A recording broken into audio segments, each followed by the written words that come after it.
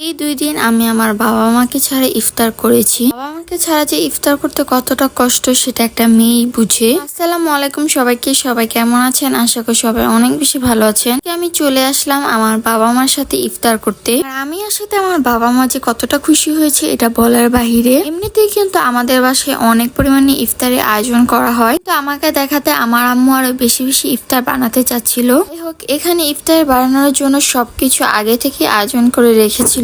আলুর চপ, বেগুনি, পেঁয়াজু, ডিম চপ সবগুলো এখন আমার আম্মু বসে বসে ভাজবে। আর আমার আম্মুর এইসব চপ কিন্তু অনেক বেশি মজা হয়, অনেকটাই হচ্ছে ফুলকো ফুলকো হয়, তবে আমি বানালে কখনোই হচ্ছে ফুলকো ফুলকো হয় না। আর খুব একটা বেশি সময় নাই, যার কারণে এখন থেকে ভাজাভাজি শুরু করে দেয়। যে ভিডিওতে ভয়েস দিতে গেলে আমার যে গলার এত পরিমাণে সমস্যা হয় কি আর বলবো। দিনে কথা বলি তখন কোনো কিছু হয় না, কিন্তু আমি যখন ভয়েস দিতে নেই মনে হয় তখনই আমার গলার ভিতরে ব্যাং ঢুকে বসে থাকে। একবার আমার গলার সাউন্ড এক এক রকমের শোনা যায়। যাই হোক, এখানে হচ্ছে সবগুলোই বেগুনি ভাজা শেষ। বেগুনিগুলো কত ফুলকো ফুলকো হয়েছে। যাই হোক, এখানে হচ্ছে ডিম চপ ভেজে নিচ্ছে। চপ কিন্তু আমার খুবই পছন্দ। আপনাদের কার কার ডিম চপ ভালো লাগে কমেন্ট করে জানাবেন। আমার আম্মু এখানে ভাজতা ছিল আর আমি হচ্ছে বসে বসে দেখছিলাম আমার আম্মু কিভাবে ভাজে, কিভাবে এত সুন্দর হয়। ওর থেকে দেখে দেখে শিখছিলাম, যাতে আমিও ভবিষ্যতে এরকম সুন্দর সুন্দর ফুলকো ফুলকো চপ বানাতে পারি। আমার কখনো মনে হয় না যে আমি আমার আম্মুর মতন এত সুন্দর চপ কখনো বানাতে পারবো। চেষ্টা করে দেখবো হয় কিনা।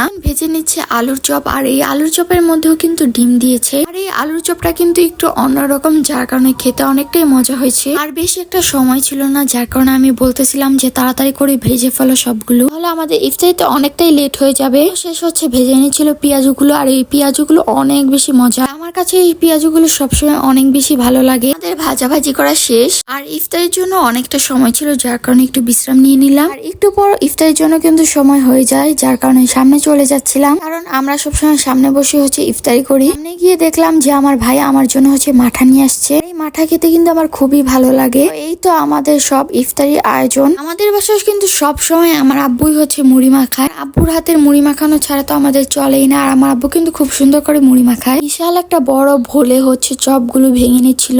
আমরা এই বড় ভোলেই হচ্ছে সবাই একসাথে বসে খাই। সবাই একসাথে বসে ইফতারি করার মজাই কিন্তু আলাদা। সবার আগে আমি আমার পছন্দের পেঁয়াজুগুলো খাচ্ছিলাম, আমার কাছে অনেক অনেক বেশি মজা লাগে। আজকে আমি আমার বাবা মার সাথে ইফতারি করে আমার যে এত এত ভালো লাগছিল যেটা বলার বাহিরে। তো মন চাচ্ছিল যে প্রতিদিনই আমার বাবা মার সাথে বসে বসে ইফতারি করি, তো সেটা চাইলেও আমার পক্ষে সম্ভব না। মেয়েদের জীবনটা খুবই অদ্ভুত, মেয়েরা চাইলেও অনেক কিছুই করতে পারে না। আজকে আমি অনেকদিন পর একটু মজা করে ইফতারি খেলাম। এখন হচ্ছে আমি মাঠা খাবো, যেটা আমার অনেক বেশি পছন্দের। এজন্য এই পর্যন্তই। সবাই ভালো থাকবেন, সুস্থ থাকবেন। দেখা হচ্ছে অন্য কোনো ভিডিওতে। যারা আমার পেজকে এখনো ফলো দিননি তারা একটু কষ্ট করে আমার পেজকে ফলো দিয়ে দিবেন। আল্লাহ হাফেজ সবাইকে।